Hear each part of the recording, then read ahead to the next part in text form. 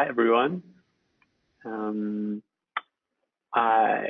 thanks for joining today, and thank you to the Sustainable Seas Trust for this opportunity.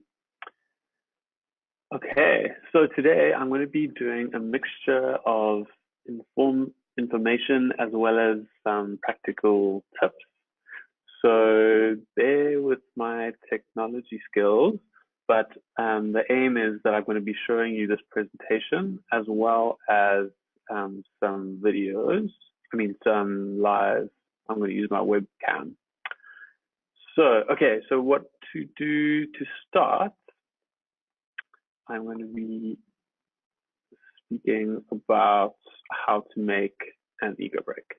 Okay, so to make an Ecobrick, you will need an empty bottle. We prefer the bottle sizes between 2 and 2.5 liters, and preferably to be yellow, green, or brown bottles.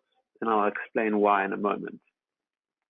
And then what else you'll need is your soft plastics. And usually we say unrecyclable, but that term depends on where you are. But basically, it's all your chip packets, your polystyrene, your small pieces of plastic, which often end up polluting the environment. And what you do is you collect a lot of this waste, you keep it clean and dry, you place it inside a bottle. Sometimes you need to twist it to get it inside, and you use your stick or a wooden spoon or a piece of pipe to cram as much of this plastic into the bottle. And you basically tell when it's finished when it no longer is squishable with your one hand. So that's not a real word, but that's just a word that we use. And okay, so at this point, I'm actually going to quickly just show you. I'm going to switch to my webcam. Okay, so hello. I have an example of a completed Ecobrick here. Oh, I should actually give you guys some context. Okay, today, as you can see behind me, I'm sitting in the boardroom of Sea Harvest as they kindly offered to host me today, as I've been doing a lot of work with their sustainability department in their beneficiary communities. Anyway, okay, so this is an Ecobrick, and as you can see, I can't squish it with my one hand. So that's how you can tell that it's finished. Okay, and in order to make it so hard, there was a lot of compressing with the stick. And then I've also brought some examples of plastic so you can see which type. So what I do at home is I keep a bag like this in my kitchen, and each time I have a piece of plastic waste, I just put it in this bag. These had carrots in them, chip packets, and then in order to, okay, so there's a whole lot of different plastic waste here. I don't really see too many of them. I'm just going to quickly demonstrate how I like to get them into the bottle. Okay, sorry about the crinkly noises, but what I do is I make it into like a worm, like that. And then it makes this life a little bit easier so that you can easily fit it inside the bottle, like that. So it's actually not for the stick. You don't use the stick to get the plastic inside the bottle. You rather just twist it and you can place it inside.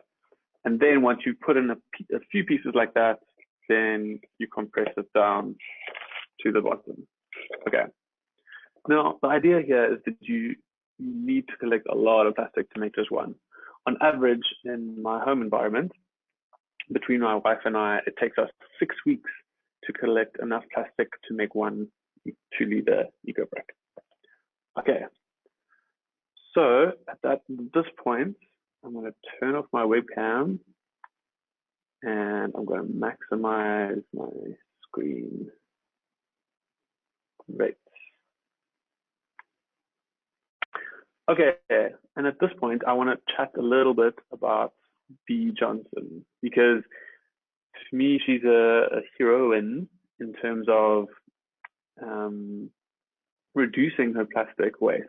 So, as you can see here, this jam jar of plastic waste is the total of packaging that her family of four uses in a year. So, and I mentioned this because the idea of Ecobricks is to, as you make them, to realize how much plastic's in your life and which of those types of plastics you could possibly avoid. So the objective isn't to make as many Ecobricks as possible, but it's about to see how few Ecobricks you can actually make per year. So at the moment, my wife and I, we make between 4 and 6 Ecobricks per year, and we're trying to get less and less. Okay, so my journey with Ecobricks started back in 2013 when I had just graduated from architectural studies, and I was visiting some friends, Mel and Sue Ingram, actually, in the town of Greyton, and they introduced me to Nicola Vernon and Marshall Rehnquist from the Greyton transition town. And here I came across the Ecobrick concept and I was just blown away. So Joe Stodgel, an American exchange student, was out and he brought over the Ecobrick concept in order to turn this illegal dump site into a waste, a trash to treasure festival grounds. And they made this beautiful outdoor classroom as well as a toilet structure using Ecobricks. And at this point, I became so fascinated about Ecobricks, and I couldn't understand why Ecobricks weren't being built all over South Africa. So I started researching the system, and I could trace back to Guatemala in Central America, where they typically built concrete frame structures with partition between, and they wired the Ecobricks standing upright, and then plastered over the Ecobricks in order to make these walls. So as you can see in this screen, the walls end up looking pretty standard at the end once they're plastered and painted. So I started asking around the South African building industry, and I couldn't understand why, given that there's so much plastic waste, there's so much unemployment, and there's so much need for shelter, couldn't understand why the system wasn't being used here. And one of my architectural mentors, Brian Winton, he mentioned that if I went to the municipality and I applied to make a building or a school out of bottles, once they stopped laughing, they'd just say no. And so the red tape was stopping anyone, and there wasn't a precedent. So at this point, I came across an astounding woman called Blomie Nonshinga from Walmer Township, and she was running a preschool in a shack built behind her house, and it was badly in need of repair. And Blomie agreed to join us and to see if we could build South Africa's first Ecobrick school. And she agreed to mobilize her community and to encourage them to start cleaning it up and make Ecobricks in order to build her new school, because we knew that we would need 6,000 Ecobricks. Okay, so long story short, I'm going to not spend too much time on this part, but after a period of 32 months and various consulting with lots of engineers and architects, we got her building plan approved to build this double-story building, moving her house to the top floor and for the whole ground floor to become the school. So it took 32 months, but we were very excited by the end because it created a precedent in South Africa so that anyone now could copy our system and they could get a building plan approved in South Africa. I should mention Kinga at this point. Kinga Manich, who's one of our founding directors, who now lives in America and is constantly fundraising in order to support Blomie in order to carry out the construction phase, now that we have the plans and the permissions to build. So if anyone wants to find out more about this stage, you can go onto the GoFundMe.com website, and if you just search for Penguins Preschool Sustainability Evolution, you can find out more about that. There's nice videos there, there's prizes that you can win, there's a whole lot of good stuff.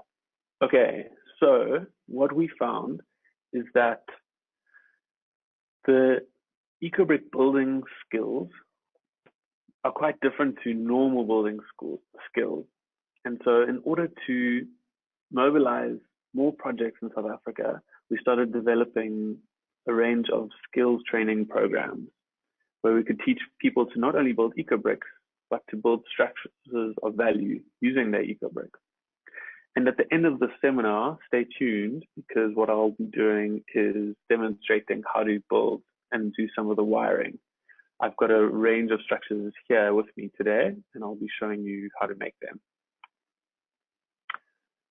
Okay, so what we enjoyed about the skills training program is that by the end of each program, the artisans suddenly have this new skill which they can demonstrate by building a temporary wall, a bench, a piece of furniture, and it enables them to turn all this plastic waste into something valuable.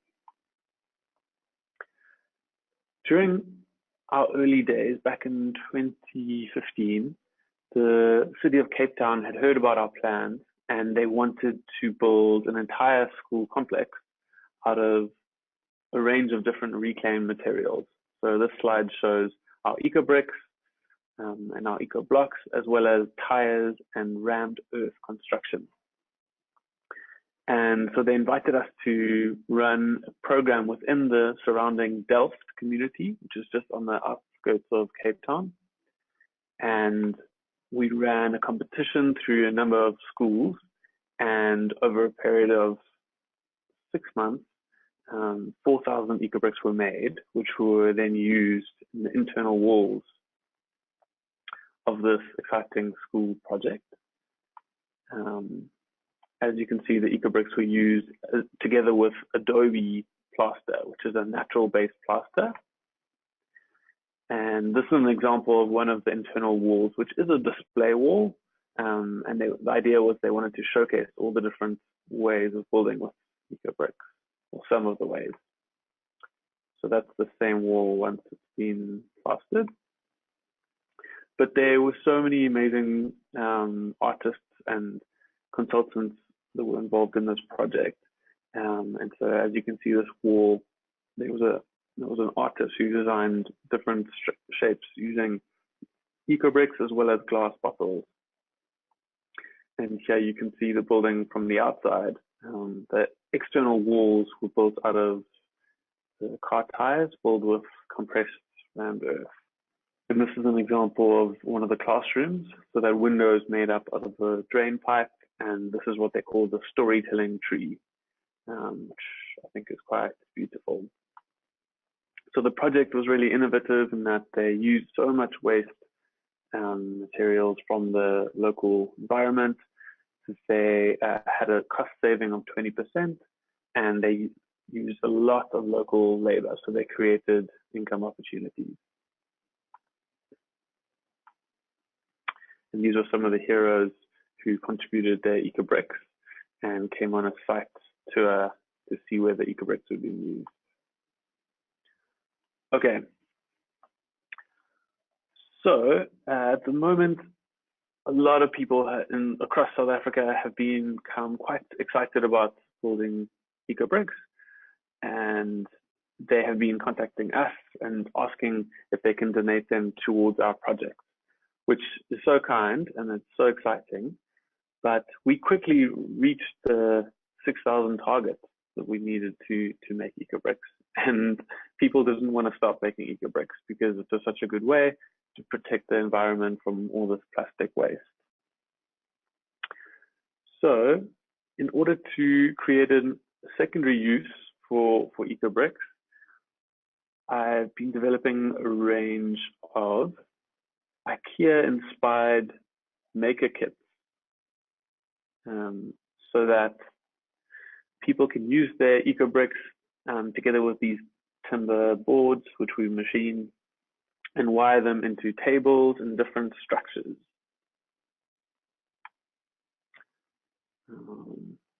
So on the left, you can see the benches and tables, and that's a mobile events range. So those sort of dismantle. And I'm actually sitting on the structure on the right at the moment. You'll see it at the end. So yeah, it's early days. We're still prototyping a range of these kits. But the idea is we want to give people something that they can do themselves with their own Ecobricks rather than send them to us because we have enough. So we also working on a range of furniture as well as a recycling bin, or what our friend Alex, who's actually on this call, hi Alex, calls the resource station. So this is an idea to have a stackable shelf within your kitchen, which can contain your eco-bricking, your recycling station, and maybe even your composting. So as a central area to manage all your waste so that you can throw nothing away.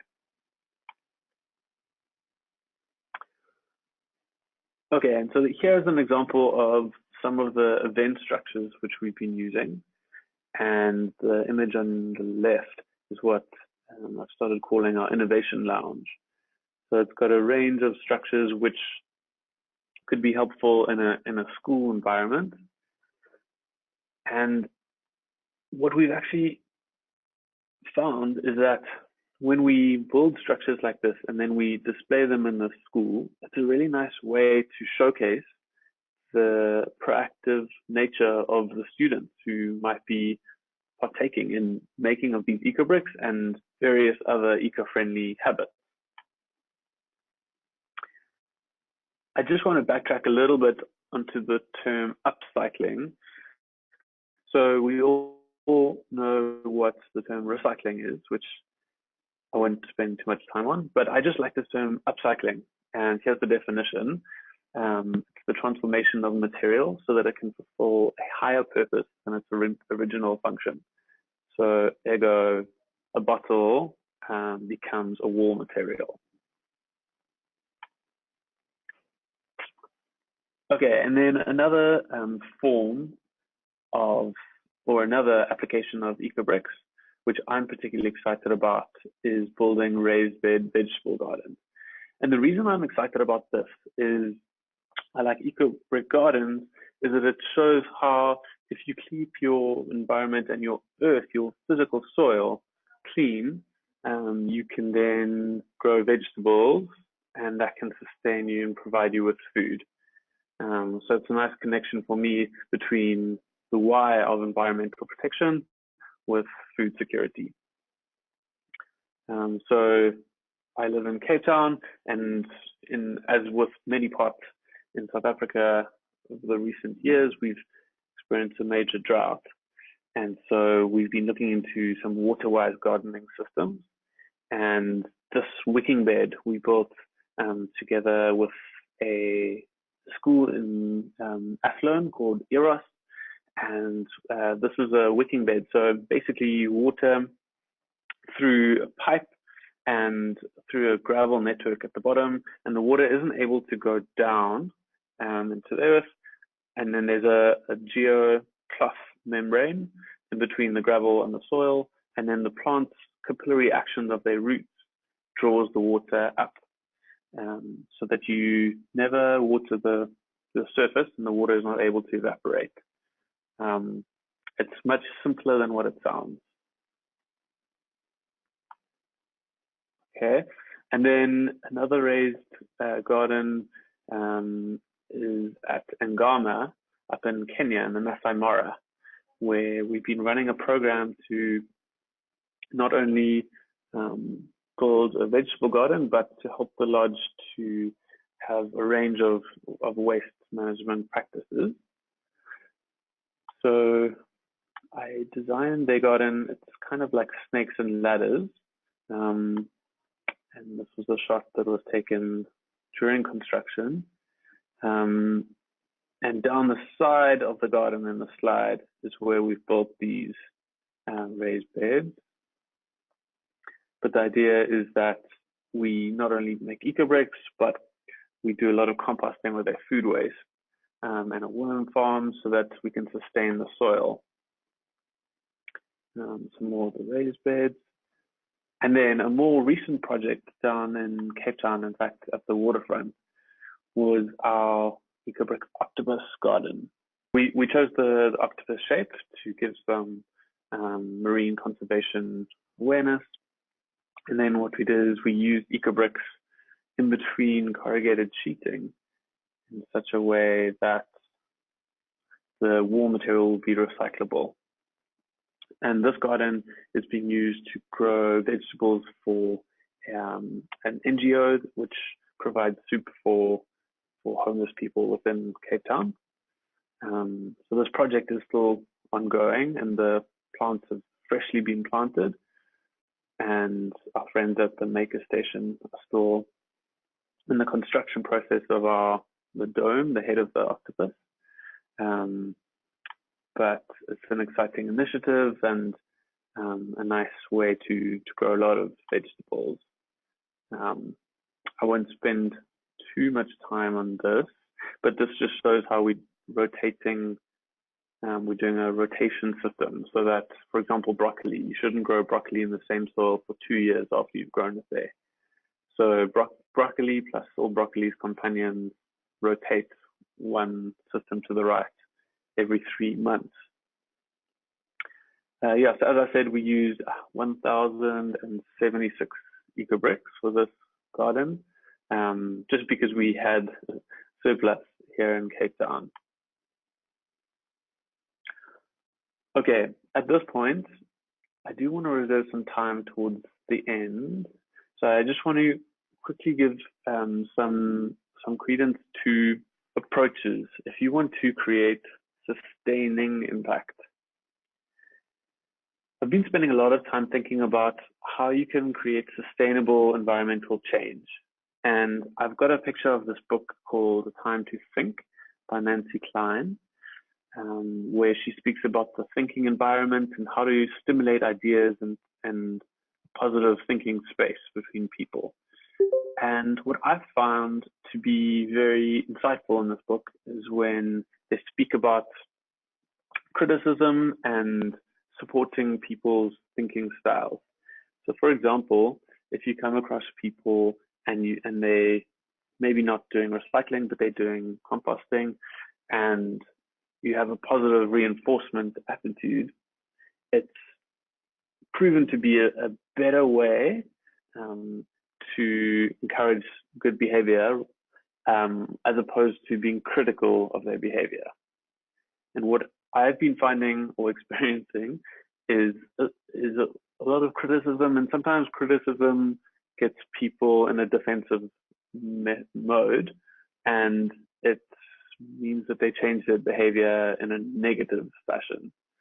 So this is a little bit off tangent, but I've just been finding that to hold a space of positive reinforcement is an effective way to create sustaining impact. Okay, and within our school program, as I mentioned before, we create our innovation lounges. And the idea is that sometimes we do a 3 or 6 month activation program within a school where we run a competition and we show them how to make Ecobricks, good quality Ecobricks, and enable them to build structures of value with those Ecobricks.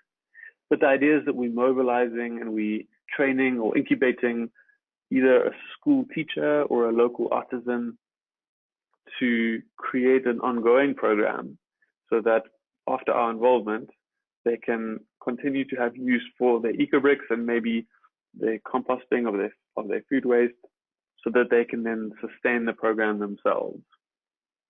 So a lot of people these days speak about sustainability, and I'm more interested in sustaining. So how do we create sustaining impact? So an example of our schools program, what I always find fun is if you can involve sports in any way. So creating a sports festival, maybe a prize. Up in Mamelodi, together with the Red Bull and the Pico group, we built this interesting structure, which became a Ecobrick skate park in a nearby basketball court, which to me was a really fun way to introduce concepts of recycling and upcycling together with this playful approach. Another incentive we use in our school programs is to have these beach cleanups, for the top performing ecobrickers or the top performing classes. Some more pictures of our street soccer. Okay, and I don't know why I've left it for the last slide, but skills development in our interactive workshops.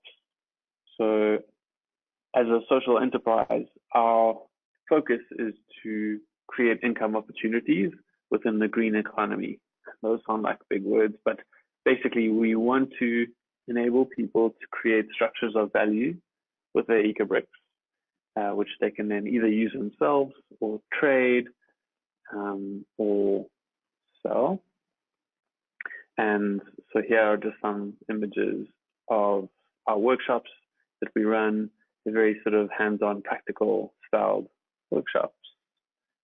Okay, before we get to the questions, the last thing I want to show you guys, and I'm going to put on my webcam for this, is I'd like to show you what we call our eco desk. So I'm actually sitting on it at the moment while I'm talking to you, but I'm going to get off it and demonstrate how our kits work. Okay, so we're not quite ready. We're not quite selling our kits just yet. But what we've been working on is a range of these timber panels, which Ecobricks fit into that, and then become benches. So this is an example of a two-seater, two skinny people bench, and that is what we call our eco desk. So this is the adult size, and we will ultimately have a child size one. I'm going to see if I can show you guys how to do the wiring process. So what I find is the best wire for the job is it's a 0.7 millimeter wire, and you can use pliers. I prefer to use these, they're actually called side cutters. So I just want to quickly show you the wiring process and how to do it in a neat fashion. So this, hi Terence, how's it going? We are doing a webinar at the moment. So that's Terence, everyone. Yeah, no, say hi, Terence. Hi. Thanks. Okay. So where were we? I was going to show you about the wiring. So I just want to show you because a lot of people have been getting it wrong. And a neat version, can you see how, oh, let's do this. Yeah. Can you see how it's quite neat in that there's a wire, and then there's a gap, and there's a wire again. And then there's a cross by each bottle, like that. And they're pretty tight. So this is the one-seater stool. This timber I didn't seal, so it's got a bit weather affected.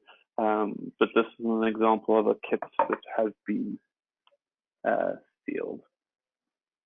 Anyway, so we're working on this, and we'll have some specific videos which will demonstrate how to do that wiring technique. But yeah, I just thought I'd show that to you. And round about now, I'm going to close my webcam and see if there are questions. I hope there are.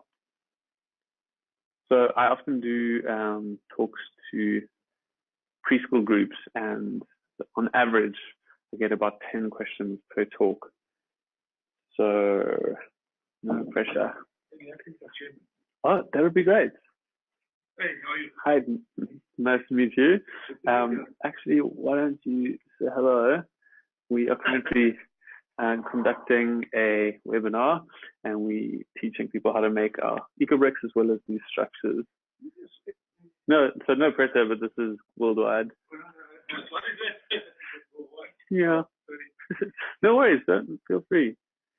Yeah, so a lot of people have been asking how to make Ecobricks and what they can do with them.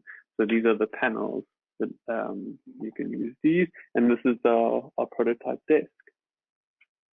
Guys, feel free to ask questions. Also, this is wonderful, eh? So we can I sit on it? Yeah, please do. Be my guest. In fact, you can demonstrate. Yeah. Excellent. Hey guys, you're getting a live demonstration of Mr. Ian Robertson, chairman of the Cialis board, sitting on an EcoDesk. How does it feel? Wonderful. Excellent. Absolutely wonderful. This is a great idea. And it shouldn't be as wobbly as that. Hi, Ian. I see that we have some questions. So we have a question from Sofu saying, it was a great presentation. You mentioned that we need to use yellow, green, and brown bottles. Yes. Why is that? That's a good question. Okay, so we need to use green and yellow and brown bottles because clear bottles are actually quite a valuable resource here in South Africa. They're being recycled and they're being recycled back into bottles. Whereas green, brown, and especially yellow bottles, where's my yellow bottle? So my yellow bottles are this coloring in the bottles makes them actually not recyclable, which means that if we weren't to use this bottle, it would just be thrown away and go to landfill. And we don't want to be seen as a competitor to the recycling industry. We want to be seen as using things that they aren't using. So the green and the brown bottles, for example, they are technically recyclable, but there's less use for their second life. And there's less applications that can use their recycled plastic. Good question though, Sophie, thank you. Hi, Ian. I see we also have a question. Are there any videos on Facebook on how to make the Ecobrick? Yeah, and somebody just asked if there are any videos on our website and Facebook page. There are some videos, and to answer your question, yes, you'll see in the earlier part of this talk, you'll see the buildings that we've created with our Ecobrick. I'll show you in 10 minutes. Yeah. What you do here, Ecoblocks, making up.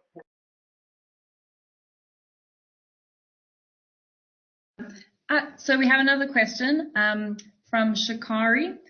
Cool thing that we can use existing plastic that is lying around and make Ecobricks. How long will it last? What about wear and tear? How do we end the life of an Ecobrick? That's a very good question that just came up.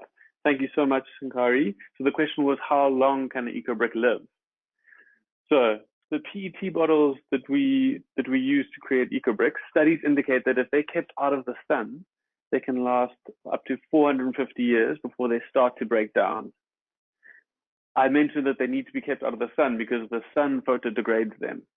So if we look at the building industry, a lot of our landfill sites are actually made up of construction rubble because it's quite linear in that people create buildings, they use them once, they demolish them, and a majority of the material is thrown away and is sent to landfill. So if we can use Ecobricks together with natural plaster, or if we can board them up, we could actually recycle the Ecobricks and then use them again and again. Our hope though, and this is a strange comment to make, our hope is that single-use plastics can become phased out, and so that the Ecobrick will become extinct. We see the Ecobrick as a temporary solution to deal with our plastic problem and save it from entering the environment. Very good question though. Thank you, Shankari. Yeah. So guys, there's some live Ecobrick happening here in our studio. Very good work. Hi, Ian. Great demonstration by your assistants in the background. I see we have another question from Sofu. In terms of tightness of the Ecobrick, do you use any weight measurements or just the thumb rule? So that's a very good question, and I'm glad it came up. So we don't use weight to tell when it's done, because if you use polystyrene, which you can, it makes them very light. So in the past, we had trouble where people are making really good Ecobricks, but they're still less than 300 grams. And it's just because of the polystyrene that makes them so light. So now we rather say that you shouldn't be able to squish it within 1/10 of its width. That's when you can tell that it's done. So feel how hard it feels. Some live demonstrations. Good question, though. So I also have a question, which you partially answered. Oh, sorry. We have a question from Audrey. The bench with the wire. When will you be having those available? That's a very good question. Thank you. So the kits, we are working on them, and we are nearly ready to start retailing them.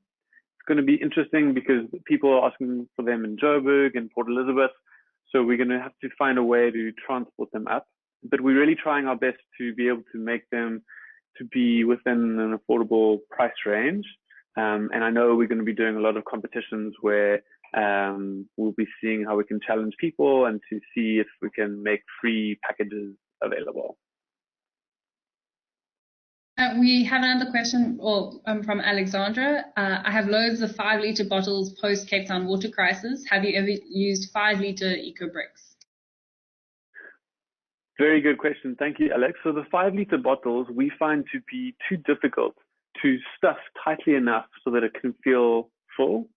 And it takes so much plastic. Plus, it creates quite a bulky bottle that's too difficult to build with. So we don't encourage people to use 5-liter bottles for Ecobricks. We encourage them to rather recycle those or to use them again and again for their water. A lot of people have been asking that, after the drought crisis. And then below the size of 2-liter bottles, you can use a 1.5-liter bottle, but as you saw with these different benches here, you need the bottles to be uniform, because if the bottles are different heights, the timber panels are going to go skew. So that's the consistency. And we find that the 2-liter bottle is the most commonly used within the industry. That's why we prefer green and brown or yellow 2-liter bottles. Hi, Ian. Just a question. So you mentioned that the Ecobricks will be affected by heat. Does that influence how they insulate the buildings that you create, like the schools and things like that? Is there any particular criteria that they need to meet, or just how it impacts the insulation inside the buildings? Yeah. So okay, good question. So insulation. So the combination of plastic and air does form to be a useful form of insulation. Trouble is that every Ecobrick is different to each Ecobrick depending on how it's been made. So in terms of a general standard, we at this point can't say what the general standard of insulation value is, which the building industry usually likes. So we found a way around this, and either the plastering or the boarding that you use, we use the insulation material in addition. So basically, in the end, buildings come out double as insulating as what they could be, because for our buildings, we can't rely on the Ecobricks value to get the building plan approved. This is becoming quite a technical topic, but yeah, so in a sense, we can't rely on their thermal insulation to get the building plan approved, but it is very insulating in that it's plastic and air. Thanks, Ian. There's a question from Sofu. Do you have any possible travel? Do you possibly travel to do your interactive workshops? I'm in Boston Bay, and I know a lot of people that would love to attend such workshops. Very good question. So the question that just came was, do we ever travel to do our trainings in Mossel Bay? I thought you guys might find interesting. We do from time to time. Last year, what we did is we did a winter tour where we went to 10 cities across the winter, and we conducted skills training in each of those cities. What we usually like to do, though, is to identify a beneficiary school within each region where we work. So, for example, on the West Coast here in Western Cape, we've been working with schools out in Saldanha together with Sea Harvest, and we've been building bench structures within the playground whilst doing skills training programs. Have I answered that question? Yeah, so from time to time, and basically then we advertise these programs through our social media channels. Hi, Ian. Is there any particular age group that you work with in the schools, or is it primary and high school? We do work with different age groups. So the youngest is the primary school. We're doing a program with Adidas at the moment in Khayelitsha, where the Eco Warriors at Yomalela Primary have done a fantastic job at mobilizing their school. And some of the older students help the younger students for the stuffing, because obviously you need a certain amount of strength to do the stuffing part. And so the grade 5 and 6 learners of the Eco Club have been helping the younger students. But then the obviously higher school students and differently abled schools. So we've really enjoyed working with Eros, as I mentioned, and now Caritas in the West Coast. And the differently abled learners have really enjoyed eco-bricking. It's been really rewarding and enjoyable to work with them and to see their participation. In fact, in this slide where the screen's at, the bottom right-hand corner is Westkust Technical School.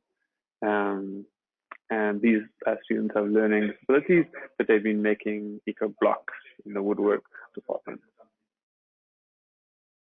Hi, Ian. I don't see any other questions yet, but if anyone has any other questions, they're welcome to email either webinars@sstafrica.org.za, and we can forward them on to Ian.